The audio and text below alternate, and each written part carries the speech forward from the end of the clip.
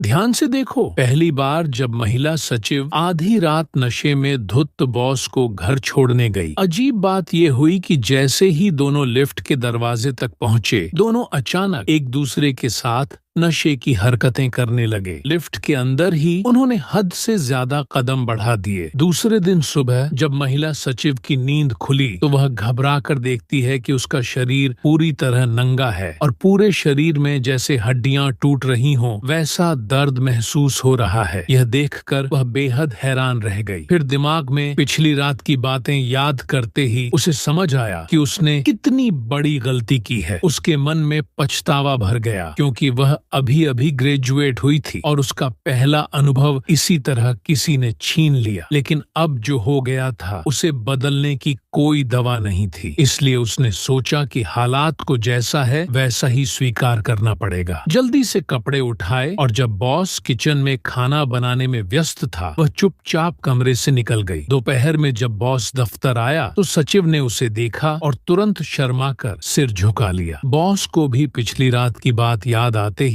मन खुशी हुई और वह बार बार उसे देखने लगा। फिर उस एहसास को दोबारा जीने की चाह में बॉस ने सीधे उसका फोन मिला दिया। सुश्री, तुम्हारे पास एक काम है। ऑयल ब्राइट बायोटेक्नोलॉजी के साथ सहयोग का प्रस्ताव मंजूर कर दो।